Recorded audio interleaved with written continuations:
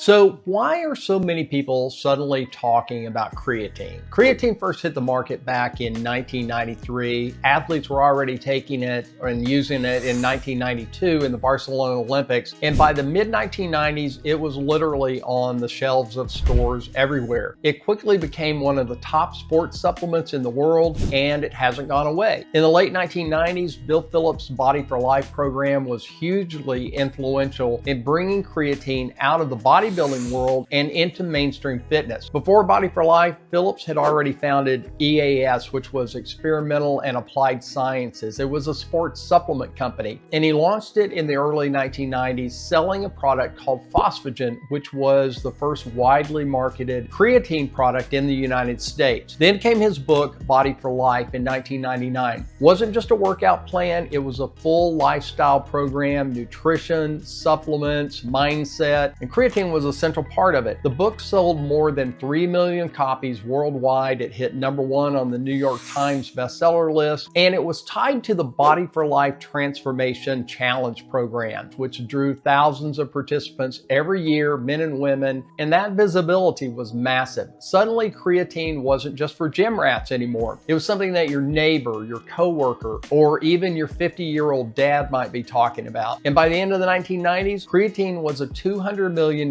industry in the US alone. Surveys showed that as many as 40% of college athletes and a surprisingly large number of high school athletes had tried creatine. That was a huge jump from almost zero awareness pre-1993 to a blockbuster supplement by the decade's end. What Bill Phillips did so well was to tie the use of creatine to the story of physical transformation, with thousands of before and after photos of real people going through 12-week challenges with visible changes to their strength, to their physiques, and to their confidence. The Body-for-Life Challenge helped consolidate creatine as a tool not just for elite athletes, but for ordinary men and women looking for real change and results. Even after Phillips sold EAS to Abbott Labs in 2004, creatine's momentum didn't stop there. Instead, it became a mainstream supplement which has only grown in popularity over time. But here's why it's in the spotlight today. Today, we're not just talking about athletes anymore. Creatine is being studied in older adults, in clinical rehabilitation, even in brain and cardiac health. There have now been over 680 clinical trials on creatine supplementation, most of them using the most common form, which is creatine monohydrate, looking at muscle growth, brain function, cardiac health, and more. So if you're in your 50s, your 60s, or even in your 70s, know this. Creatine is one of the most well-studied, safe, and effective supplements found for protecting muscle and strength as we age. So I'm going to break down the pros and cons, what the research is saying, and I'll add my perspective as an ER doctor as well as a weight management physician and as someone who also takes creatine myself. So first of all, what is creatine really? Well, I can tell you what it is not. Creatine is not a steroid. A lot of people think that creatine is a steroid, and it's not.